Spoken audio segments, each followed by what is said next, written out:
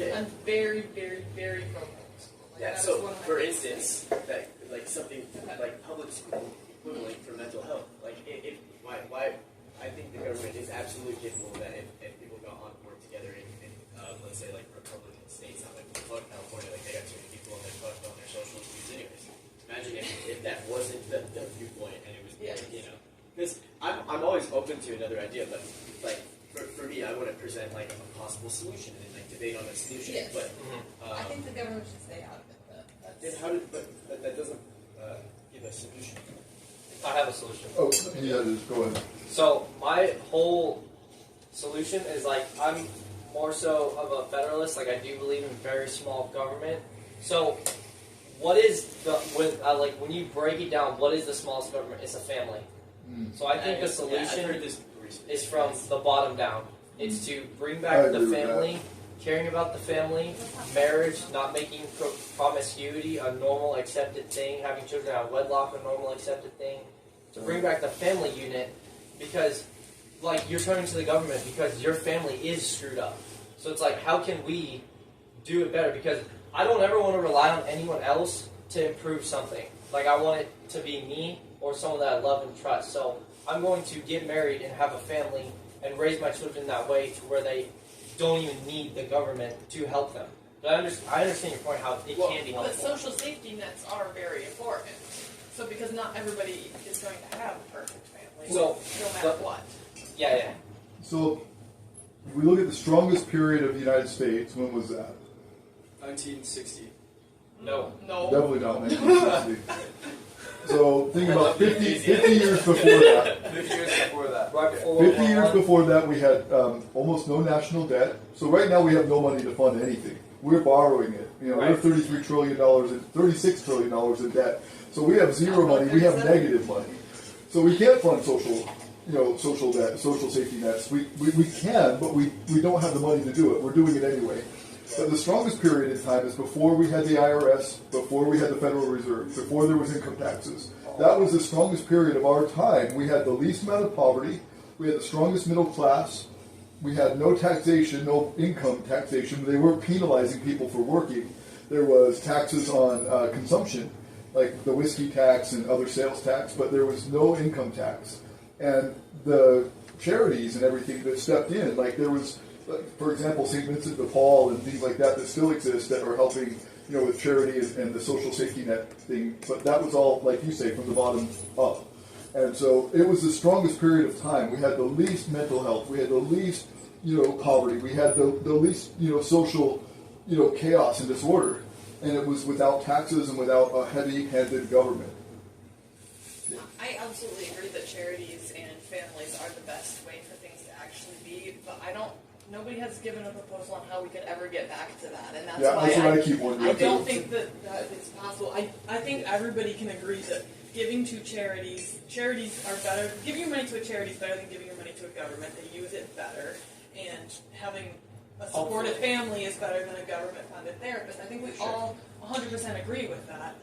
I just have no idea how on earth you could possibly make a government policy that could get us back to that. It has to be individual change. Exactly. Not government policy. The government is just making it worse. Every time that we add more policies, we're just making the problem deeper and deeper and deeper because we're relying on the system more and more and more, which is bringing us farther away from those things, family and charities and just individual charity as well, not just a charity organization. Like, you see someone that needs help and you help them. You take people in. You give them a dinner and you give them support. But There's communities that have grown, and like Black Rock City, what do they call that? Burning Man. They pop up in the desert with like 40,000 people, and there's like a 2 million population right now. Is it really? Yeah, I just seen a documentary on it. It's insane. And it's a cashless society, and they do all this for each other, they help each other and stuff, and it's like a real community organized thing. But they're demonstrating the ability to do that. Like if people embraced it, if it was more common. So I like that people illustrate that in their life. Like what you want to see in the world, you illustrate. That would maybe be an interesting study is to look at that and see, like, are they actually just like a bunch of fucking psycho meth heads that are just out on their own and they are doing shit? Like maybe there is no family basis out there and they just literally there's lack of government and. Well, it's just like any society, as I understand. I'm sorry to cut you off. No, you're good. Yeah. But as far as I see, and I've never been, but it looks like there is that riffraff, you know, the meth heads and whatever. Like they really can't afford to be there. But if they're doing well as a meth head, then they end up in this, extra weird area of Black Rock City. But then you've got the engineers that light their, effigies on fire. And, they're brilliant people with a little bit of, backing financially or materialistically. So, and then you've got the in-betweens, the people that are families that come and just want to experience it. So you've got, like, just any city, like you would have, the 20% that are in poverty. Like in any society, there's always going to be 20% in poverty. And then you've got the middle class, and you've got the upper class, and you've got the working class, and you've got the engineer or the academic class or whatever. But it's like that. It's like, and they pop up and they do well, and everybody sort of has this notion that we take care of each other. I think that's a brilliant way to illustrate, how well it works. I like your idea. We bought 51 acres in Maine. I just saw an eBay ad. I've never been to Maine in my life. It's awesome. What was that? It's awesome. Yeah, it's beautiful. We bought multiple houses when we got there, but I bought this just off eBay, $64,000, 51 acres in a cabin. It was beautiful. It was right up by the Canadian border, and it was all off grid. I mean, it was just beautiful. So we had barely any neighbors. We had a trout creek in the back. We had caribou. We had moose. We had all this, and it was gorgeous. And so then I bought some properties. I bought 2 houses in Augusta, and I just kept going, and we bought a business there. But people just rely on themselves. Like that's an illustration of it being able to work from the bottom down. And just everybody up there was self-reliant and lived without utilities and stuff. It was great. Yeah, go ahead. And then, like you're saying, the social safety nets, like I said, bottom down. It's your community, and especially the Christian church. Like as a Christian, that is what you are called to do, right? Widows and orphans. That is ministry. That's what it says in the Bible. So I believe that the social nets is your community and pursuing the family unit and your greater family unit in your community. Because it's like, this was such a good quote of one of these podcasts I listened to, where it's like, everything that's going on with the national election, but you probably don't even know the name of your mayor. And that your mayor is going to affect you more. And like, the president will affect you, but you don't know what's going on right in your hometown. No, local government and everything is very important. I still think we should have some level of social safety nets. I don't think we should entirely abandon social safety nets. Maybe not as much financially, but at least like with public school, like therapy, like things like that, that makes sense to me to have some kind of health insurance, stuff like that. Actually, I think we never should have had health insurance. I think the insurance never should have. Just listening. So, have you, just chilling. do you know Thomas Sowell? Oh, I do not. He's an economist. He's awesome. Have you, so, public schools, they are honestly the most insanely, like, they're not illegal, but they should be a legal business. Because you think about, they have a zoned area. So the government funds them, so we're paying for them. And government funding is the opposite of real life. You need to spend it all in order to get the same amount or more. Whereas we try to spend as little as we can to make more. So with the government, the more that they take, the more they get funded. So it's opposite. And then you think a school is zoned. So they have, we get to have these kids if they choose to go to public school, no matter what. And they can't pick another school. And it's like, you go through a weird process. Like, another public school. Yeah, you can. Yes, you can go to whatever public if you're zoned for public school. Yeah, my kids can't go outside of. What is your school again? In Michigan. Oh, not in California. Okay, Not well, I think of Michigan where you can go to any public school that you want. What we would have to do is I would use my aunt's address as my home address. Really? Yeah. If I wanted to go to a school by We just have to apply for school of choice, and they don't reject applications. You just have to tell them why, and basically that's the way they do it. And in Indiana, they do it even differently. Whereas whatever school you go to, if it's out of zone, your tax-funded dollars go to that school. So why I'm that is opposed? more so. I think that the Indiana version sucks. You know why I'm opposed to federally funded public school as opposed to locally funded public school? Yes. Public school isn't a bad thing, but public school funded by the locals gets guidance from the locals and funds from the locals, and there's caps and restrictions and checks and balances.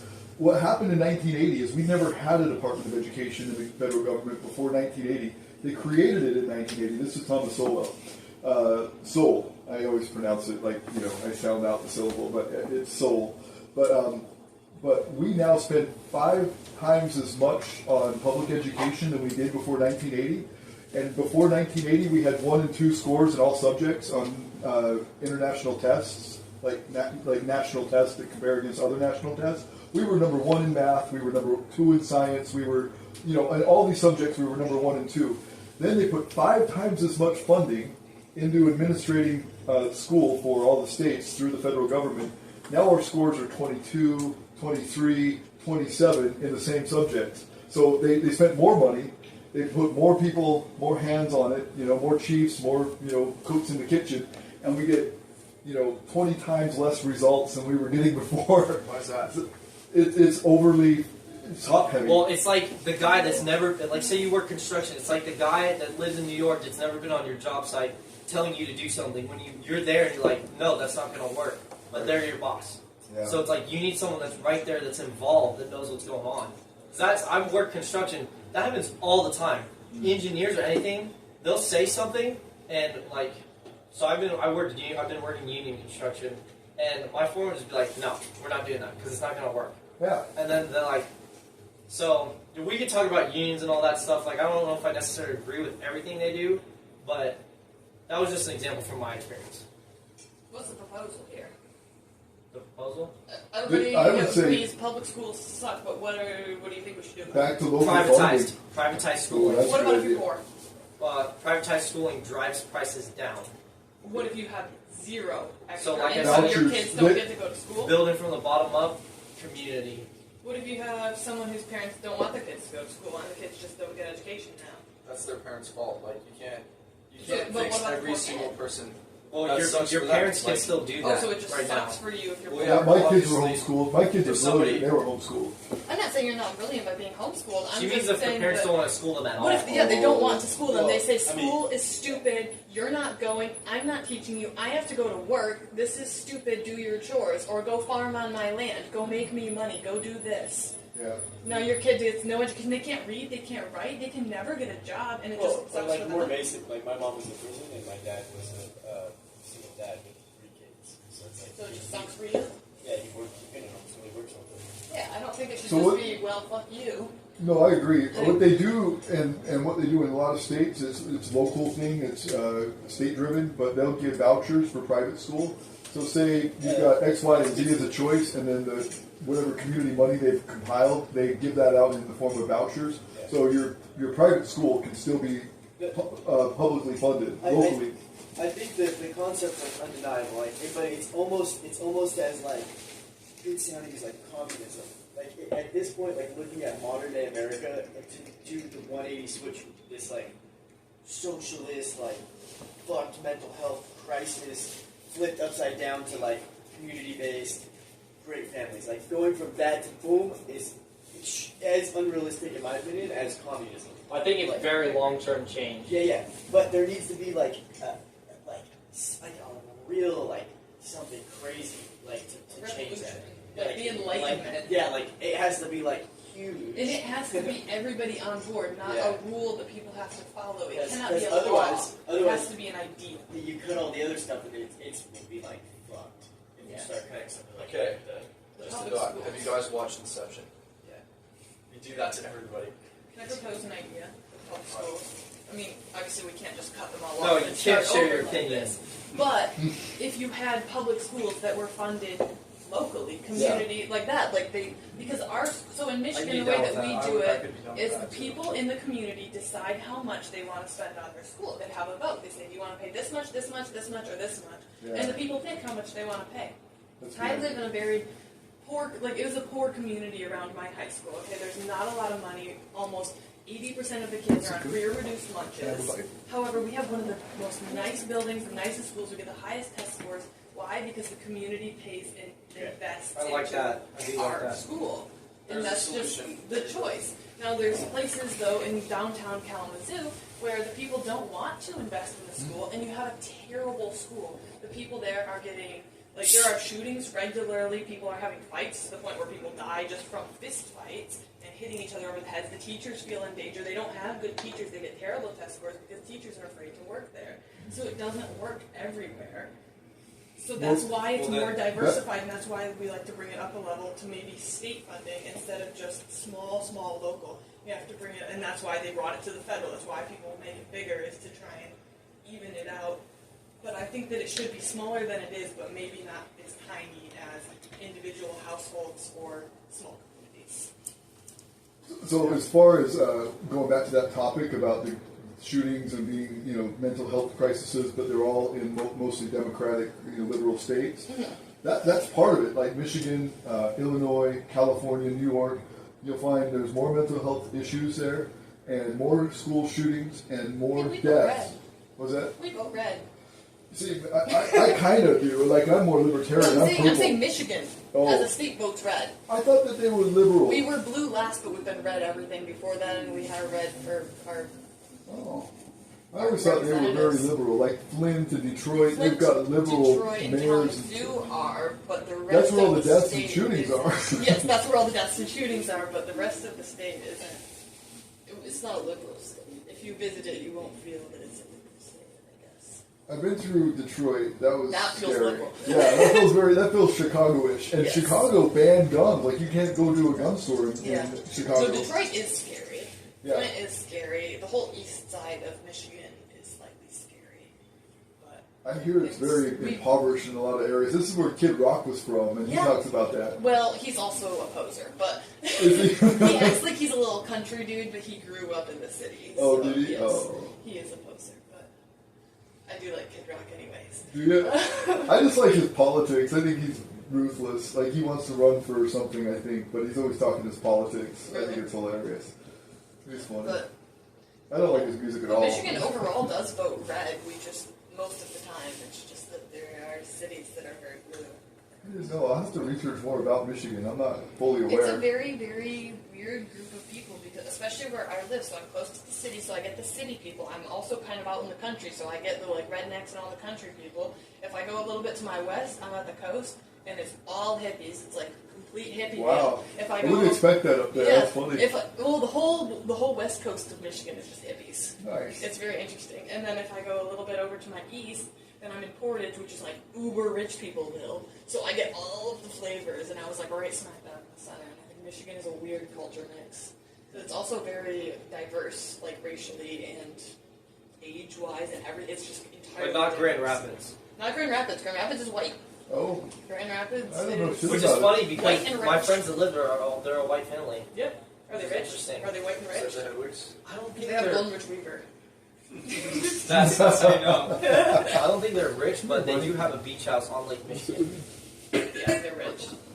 What is that? What is that, the Hedwigs? The hell? I mean, not rich. You don't have to be rich to have a beach house in Michigan, but you're Michigan rich if you have a beach house.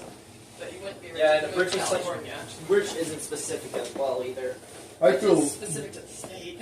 I feel rich in poverty in the United States because we've been to 12 countries. They've been to 12 countries. I've been to 14 on 4 continents, and I've been to places that actually know what poverty is. Right. Yeah. If I was on the streets in the United States, and when I was a kid, I moved That's out like very this all young. the time. Yeah, it's way better than if you were in Mexico on the streets. Like, I feel like I'm rich every day, and I'm poor as shit. So really, I had a good run. Like, I was fairly well off for a long time, but I'm poor now. All we do is spend our money on travel. That's all we do. No, we were in Hawaii. We went both Oahu and Big Island. We were there for about 5 years, but then we traveled to. I went to Japan. You didn't go with me, but we went all over Europe, Mexico. My sister just spent a month abroad in Japan. Oh, I love it. Oh, I I just got love back it. from Hawaii. Oh, what part? Yeah, we went to Kauai. We were by Oh, Lahui and Nice. Kapaa. It was like in between those two. That's a really cool place to visit. What happened? What happened? How did you lose your wealth?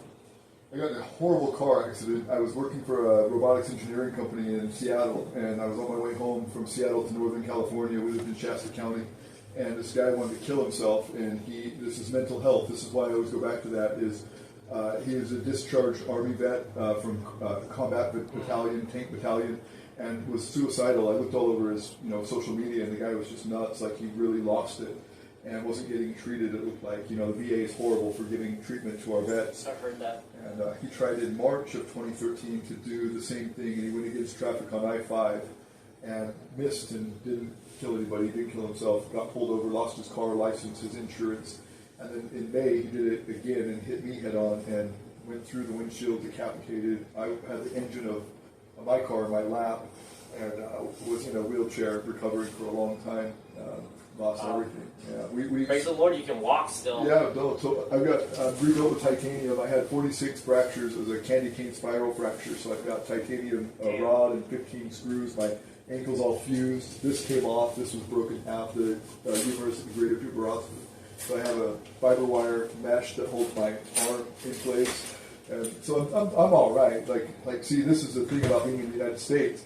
Like, even if I had zero money, they have the Hippocratic Oath, which they would fix me. Like in a car accident like that, if I had no insurance and no money, I went to the hospital, I would have gotten the same treatment. They would have still fixed me, and I would still be, intact. And I'm doing great. Like, I'm actually not complaining. I'm actually really strong now, and I've recovered, and and everything. I'm mentally disturbed. I'm like, I have some PTSD, and I keep losing relationships, and was married to her mom for 18 years, divorced her, got a kid in Ireland, and just got fecked out of the house out there because I'm just, I'm insufferable.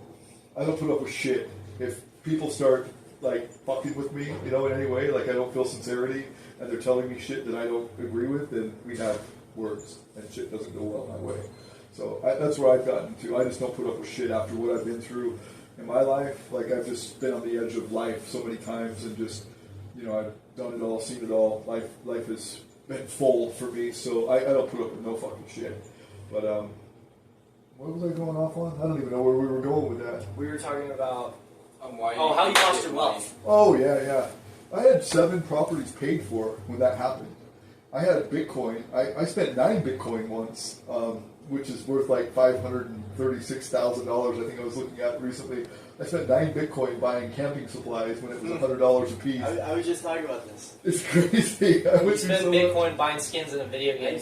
Me and my buddies would like throw it around like it was like no big deal. And we would like try and watch it. We'd go from like 400 to like 600 bucks. We were like, Right. like that's sell it. Like that's crazy. Right? I remember it hit Think if you would have $1,400. held.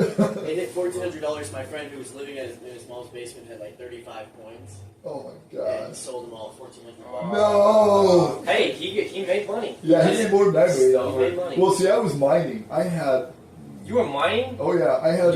You had a miner, a supercomputer, and everything. Yeah, I had a 10 you terahash. I had 2 10 terahash, a 5 terahash, and a 1 terahash. How much did that cost? 26,000 or something like that. It's more the energy consumption that long term that causes an issue. Well, it did. Yeah, especially with the rates now, with the difficulty levels now. But back then it was all cheese. It was so good because it was climbing so fast. So you might wait a month before you'd recuperate the cost of investment. The ROI was month by month. So you would get your ROI after 1 month, and you would wait another month, and you get your ROI again, and it was constantly evolving. So I never was losing money on energy or hardware. It was just constantly evolving. It was beautiful. When there's the hardware spike. Yeah, that was nuts. Like where miners were going for $150 at one time. Well, they were just I've always getting. been a big PC gamer, so I would buy like GPUs to upgrade, and then I remember there at some point I'd buy a new GPU, and then my old one's worth more than when I originally bought it. Like Right, crazy, by like $1,000. Yeah, That was crazy. spiky. Yeah. No, I Is did that that when too. they didn't have the microchips? Are you talking about? Is that when? Well, they use like basic GPUs sometimes with Bitcoin mining. Yeah, just gaming GPUs. Yes. Oh, I have oh. a strong enough computer that I can mine with, but it's just a gaming computer. You don't need like that. Obviously, it's better if you have something. What even is mining? I don't fully. What it does is, so everything's cryptographic. So what it What has, does that mean? Cryptographic is a way to conceal the data. So it's like a hash that I don't know what a encrypts hash it. is. So it encrypts it is what it does. So like if you have your The word that you're like. I don't know what encrypt. I've heard of it like, oh, I encrypted the something, but I don't know what it is. well, it scrambles the data in a way. It's like a 64-bit character hashing. So it takes the data that's naturally read and cryptifies it to where it has to be unlocked with a key. So, like, all computers are in zeros and ones, right? Mm-hmm. And so if the data is in a certain sequence, that's just the data. Mm-hmm. You're saying that scrambles that. Well, it miner is scrambles the making alphanumeric It's data. making it, right? And from what I understand, it's making the new sequence. Yeah, well, it's processing blocks of data. So that's what it does. Is What's a block of data? so each each block of data will contain all of the transactions for a certain ledger of Bitcoin transactions of a given time period. So you've got a ledger, it's a public ledger, it's open to everybody to see. And in order to keep that data private and counterfeitable or stolen, they have to cryptify What would be the it. advantage of counterfeiting a ledger? Well, this ledger is open. So, say you know this person's address and their Bitcoin address or whatever, and the ledger's open. Then, if it's not encrypted with a key that you can unencrypt it with, so the data is public. The wallet is the blockchain is open to everybody to see. So everybody knows. Blockchain is the blocks of data, and blockchain means just all of them. Yeah. Okay. And your wallet is like your account ID at your bank, and everybody knows your wallet ID. It's a public ledger, so everybody can see everybody's wallet ID and how much Bitcoin is in that wallet. So everyone can see how much Bitcoin you have. Yeah. I mean, Okay, okay. if If they know your association, if they know that you're associated with that wallet ID, it doesn't say your name. It doesn't say Jack, Sparrow owns 50 Bitcoin or whatever. Okay. It just says this wallet ID, which is a 64-bit long key wallet ID. That is. So what does the 64-bit part mean? It just means it's 64 alphanumeric characters. So In alphanumeric, that's zeros and user ones. ID. It's just So user mining Oh, is okay. like random though. It's just luck, kind of. what is it now? Does mining take skill or is it just luck? It's just luck. Yeah, It's like okay. the block It is. takes luck, or is it just a time? Well, like you can find, like you can process a block randomly. Like when you first start mining, it's not that like a pool of people will be processing hash keys, or processing the cryptography until the block is found or is processed completely. And then they get the whole award, but it's split between a pool of people. So maybe it's 300 people that split the reward. But the reward, so the reason why they have mining is that you have to process these blocks. They have to cryptify the blocks and everything. So mining is you're cryptifying the ledgers. Yeah. So But that you're saying the luck aspect is sometimes it can first try, first Yeah. guess, it can boom hit. Exactly. And sometimes it can take. and then that pool of people get the reward. Or if you're mining alone and you happen to hit it, then you'll get the whole reward from the block. And what it is each transaction costs a Bitcoin a certain amount of a fractional amount of Bitcoin. So, like if I was to send you $100 worth of Bitcoin, I move Bitcoin often, so I know. yeah, the transaction fees are hefty now. It And used to they not go be up that and down. much. Yeah. They spike. That's something I don't fully understand. Well, it's about the amount of people mining. So if there's less people mining, then the cost goes up. If there's more people mining, the cost goes down because there's so much more power behind it. So that it goes, through more people, doing the solving of the puzzle. But But wait, I don't understand what they're solving still. Like, what is the point of it? it's that.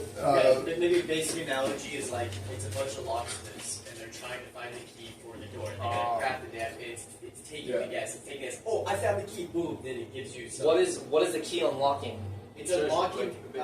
It's unlocking the reward for processing, basically. I got the answer. It's like if I was to guess your Instagram password or your bank account password. Right. I can type 1, 2, 3, 4, boom, and I get it. Now I have that password. That password is what's valuable because it now allows you to use the encrypted. Well, it's with the. Well, it's a block reward, basically. So the block reward accumulates. Well, it's a block reward. So when the block is complete, when the ledger is complete and it's processed, the block is a certain weight of data. And once that data is complete, then the reward is unlocked. And so whoever gets that data processed last, like the last bit of data to be processed, that reward goes to them.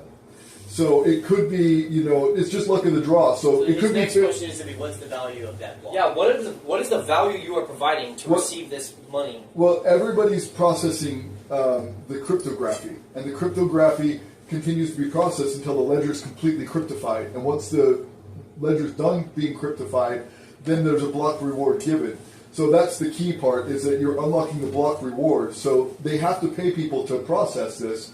It's not a centralized computer. It's not the Federal Reserve, cryptifying everything and processing the ledger. It's a group of individual users So they're that paying have for their the data mining to be- involved. They're paying for the data to be. And what's the data? processed? It's the ledger. So every So- transaction is part of this block, and the block is a certain weight of data, so many transactions, and once the block's complete, when the hashing, the cryptography has taken its place and done the secretifying of the data, then it completes the block, and then there's a block reward given, and whoever completes the block it's a luck of the draw, so they get the reward. So it could be this pool one day.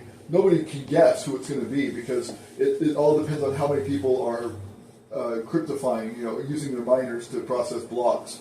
So there could be 1 million people doing it at one time, and there could be 100,000 pools of those people that have 10 or 100 people involved, and then whoever is lucky enough to get that last block gets the block reward. So it's just luck of the draw. You're always participating, and you don't always get paid because you don't always get the block reward. Your group doesn't always get the block reward, but nonetheless, you're putting in the work. Your miners are working anyway, And so it's everybody's just, endlessly working. If you find the whole block though on a solo one miner, you don't get a whole Bitcoin though. You get whatever the accumulated transaction fees are for that block. So every transaction in that block costs a certain amount of Bitcoin, fractional Bitcoin, to process. So it accumulates to a mass reward, and whatever that reward is, it could be a lot or it could be very little. It depends on how many people are participating in cryptifying and mining. So then it accumulates, and at the end of that, there's this block that's worth a block reward, and that block reward is given to the last pool of people or the last person who is able to cryptify. The more people are doing it, the more expensive the reward will be at the end. The less likely it is that you No, get that the less people that are doing it, the less people that are participating in mining, the bigger the reward. Oh. Because it's costing getting more. spread out Supply less. and demand. Yeah, supply and demand. So if there's more people doing it, then the supply is great. The supply of people mining is great, but if there's less people doing it, the supply is minimal. So there's a rarity to it. So it's a more expensive block. So like if there's 100 people one day mining and there's 500 people the next day mining, those 500 people are going to get less reward than the smaller group of people got. Right. So it's great. I still want to. So the miners are. So we have ledgers, which are transaction histories of Bitcoin, and the mining is encryptifying those ledgers. And after there's a certain amount of ledgers in a block, and the blockchain is just all transactions. And then there's certain. I don't know how they divide the sections, but there's sections, is what I'm imagining, of a certain amount of ledger transactions. Well, that's a block. The block. Yeah. And That's the blockchain. So the miners are encrypting. So Those I don't ledgers. understand how you find the key if they're the ones encrypting Well, it. it's not the key. 0, It's 1, just 0, 1, whatever. 0, 1, 0, 1. It's whoever solves that last block. It's not that they're getting a cryptographic key. Like so in the It's like the wallet. take up. In the wallet scenario, you've got a public key and you've got a private key. So your public key is known to everybody. Everybody knows your public key. You can see it in the ledger. You know how much Bitcoin's in that public wallet. That's like your username on Instagram. People Yeah. can look you up. And then your password is an encrypted private key. So you can't open the wallet without the private key. And the private key is what you don't want other people to see because then they can access your Bitcoin. They take your Bitcoin, yeah. Okay. So you keep that private. If any of that goes public, you've lost your Bitcoin quick. So, but no, the key isn't really a key per se. It's just a key moment in time when the block's complete, and whatever that time is, and whoever solves it last gets the reward. But they're just encrypting data. That's it. And then Bitcoin had decided that this certain amount of transactions in this ledger creates a block, and whoever happens to encrypt the last, let's just say, stream of data in this block just gets a reward for encrypting our data. The reward is funded by transaction fees. Yeah. So each transaction costs a fee, and that goes that's into is that buying and selling of Bitcoin or only transferring it? All three. Yeah.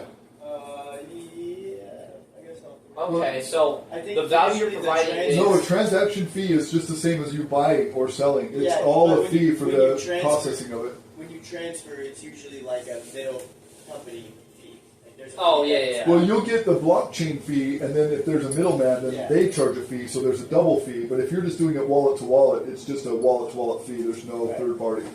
But if you're using a hosted service like a what is it? Charles Blockchain.info. Schwab. Yeah, something like that. I use like blockchain.info or Coinbase or some of these third parties, and then they'll charge their fees.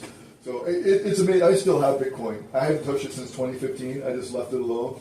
I don't have much. I mean, I'm not wealthy by any means, but I have some that I just said to myself, this is retirement. I'm not going to touch it. I tried to access it at Coinbase 3 weeks ago. Couldn't get in, so I have to deal with Coinbase to let me in. It could be like, my estimates are right. It's 6 figures. So it's not bad. Like, I'll have a retirement, but if I keep it in there for another 10 years, it'll be a really good retirement. They're like absolutely dead set on Bitcoin being 6 figures per coin by the end of 2024. They think so. I don't think Here's so. the thing, though. It's not. It's almost like self-manifesting. Yeah. Because how does it get more? By more people being involved, more people dumping money into it. And burning and losing Bitcoin. So it's all a rarity thing. So So like a lot of people lose their wallets. They oh, my hard drive crashed. Fuck me, and all the Bitcoin's gone. And then So what that's happens to that Bitcoin?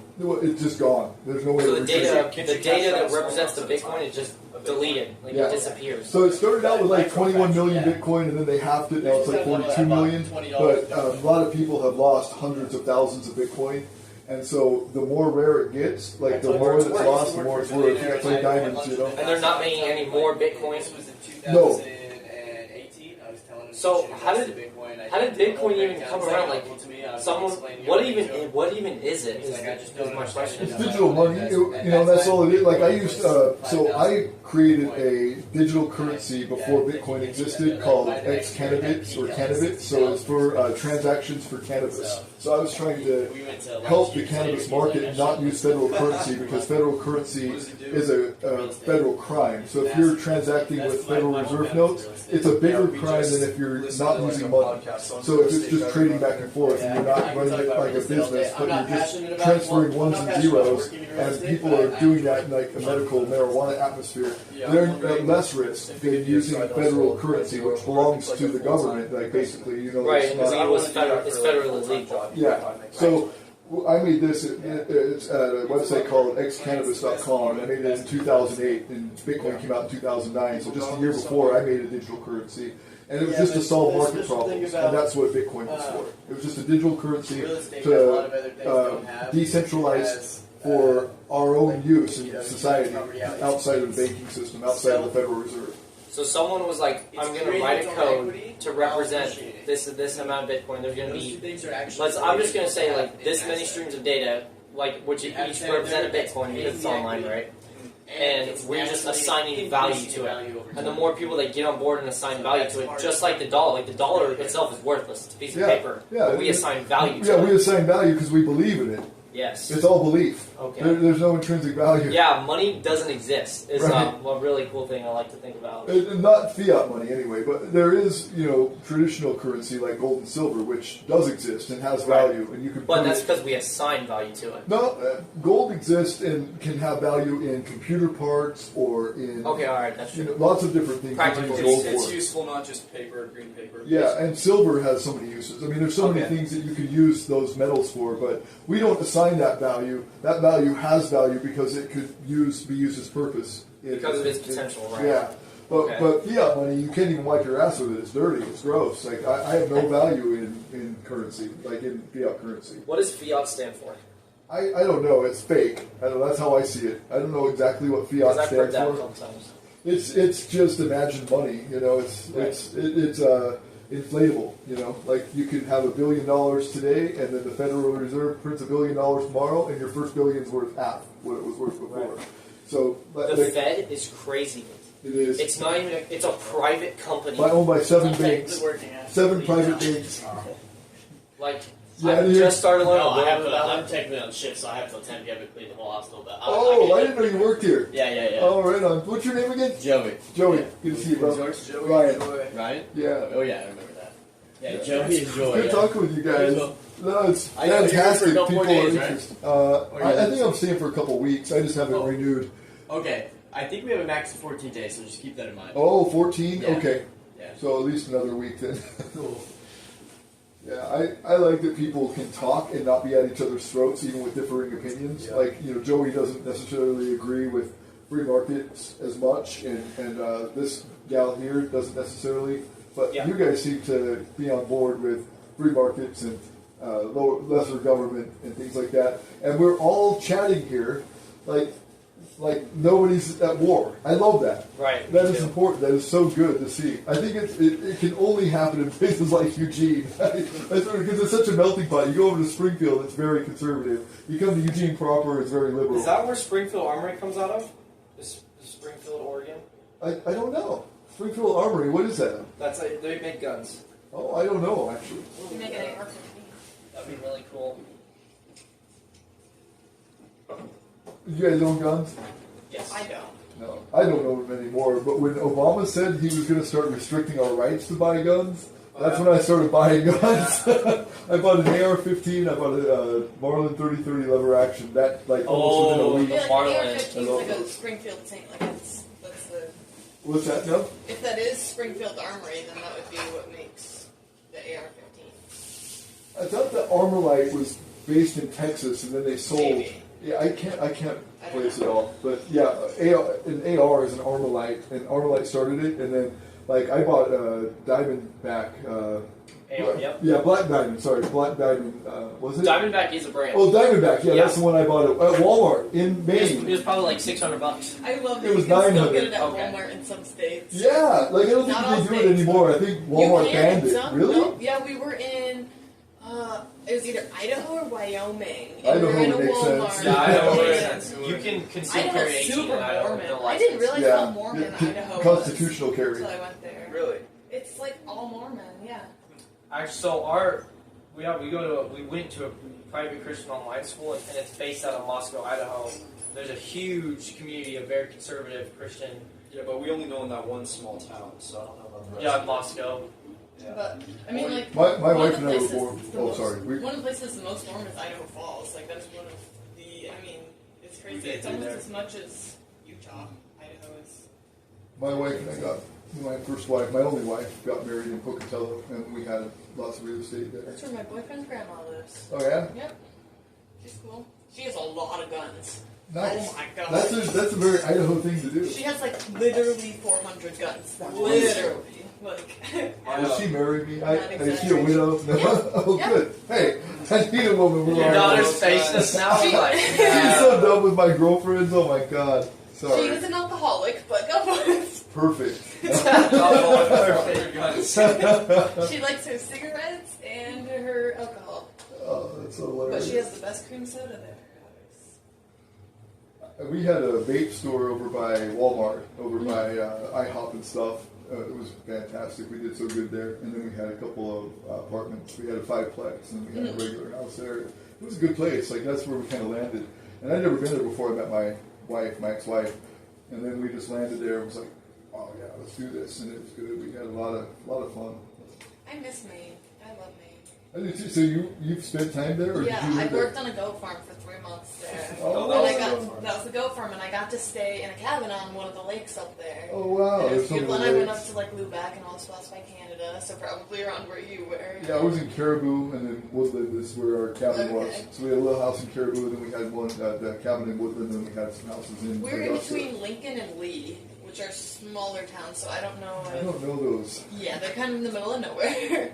But they were about an hour and 45 minutes from Bar Harbor. Oh, okay. I So- know where Bar Harbor is. Yeah. We went over on the ferry to Bar Harbor. That was cool. So cool. Yeah, I that's where all loved the it. lobster fishing And is. Acadia National Park is like I've right never over been by through there. there. It's you can even just drive up to the top of it. It was really cool. Nice. And they have some really sketchy hikes that I did. And they have a really cool spot where the water comes in and it goes under this cave in the rock and it makes thunder. Or like not real thunder, but it Yeah. sounds like thunder. Whoa. And, but it's I only love at a those specific caves. part of like the tide. So you have to be there between like these 2 minutes and it only happens like 5 times. And Wow. I like accidentally was there at the right time. I was just like, what are all these people looking at? So I like I went love over that in there. California too. You'll find a lot of those little enclaves that go in and they make Yeah. that big gushing noise. Well, that it's sounds like like it's thunder. thundering. It's like boom, and you're like, oh my god, That's so cool. terrifying. But it was really cool.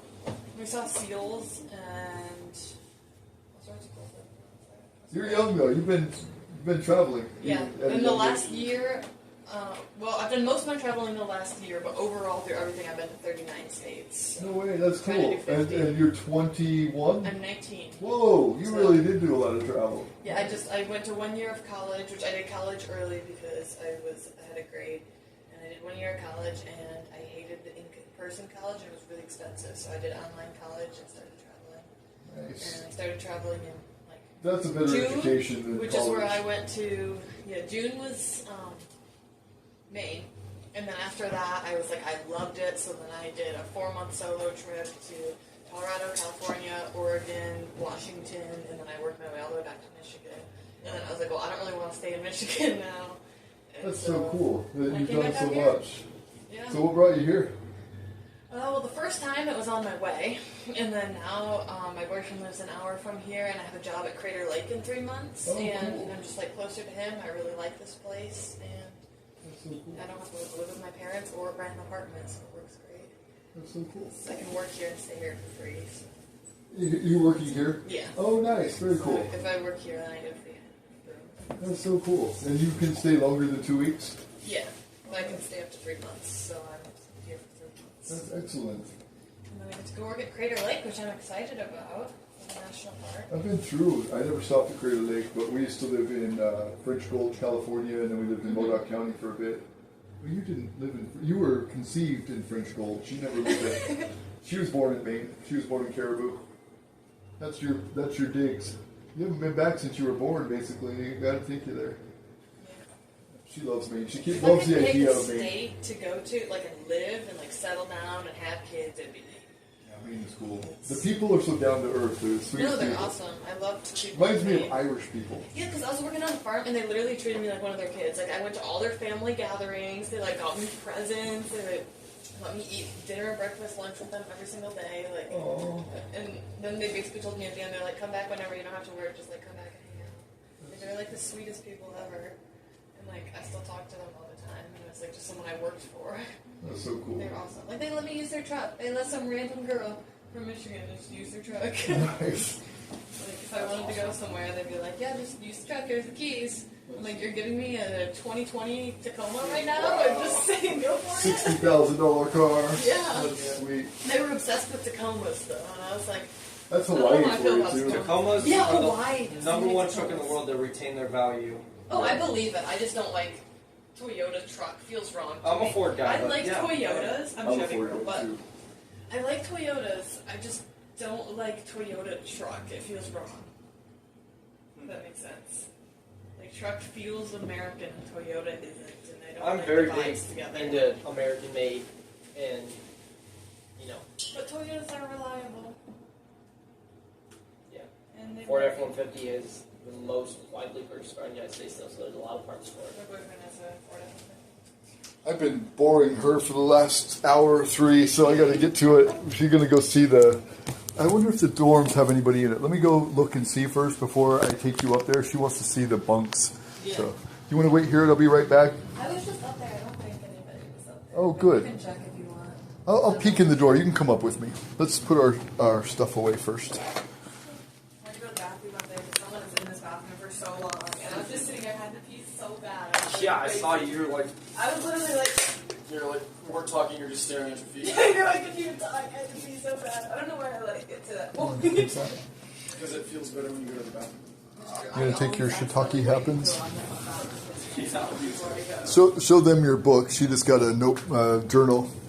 Ooh, I like that. oh, shiitake. She had to get it. So this is little Amelie, my bestest buddy in the world, and I'm Ryan. Alma or Alma? Amelie. You know what's funny is she was born in Maine, and then I traded one of our houses for a boat in St. Thomas, and we'd never been to St. Thomas, and the capital was Charlotte Amelie. But we had never heard that name, really, before, like, we named her, and then before we went to St. Thomas. But it was a good place, wasn't it? You were so little, so you probably don't remember. God, she's been everywhere. Thanks, you guys. What's your names? Levi. Levi, Silas, and Joy. Joy? Ryan. Yep. Good to meet you.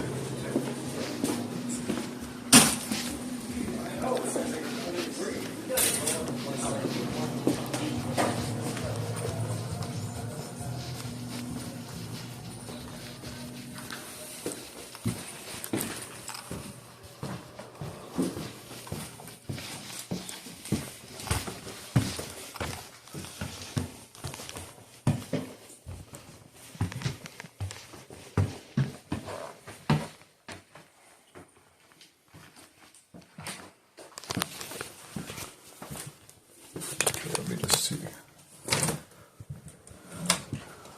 Hey, how's it going? What's up, my man? Hey, I'm going to show my daughter this bunks. Is that okay? Yeah, of course, man. Come here, princess. So this is the digs. What do you think?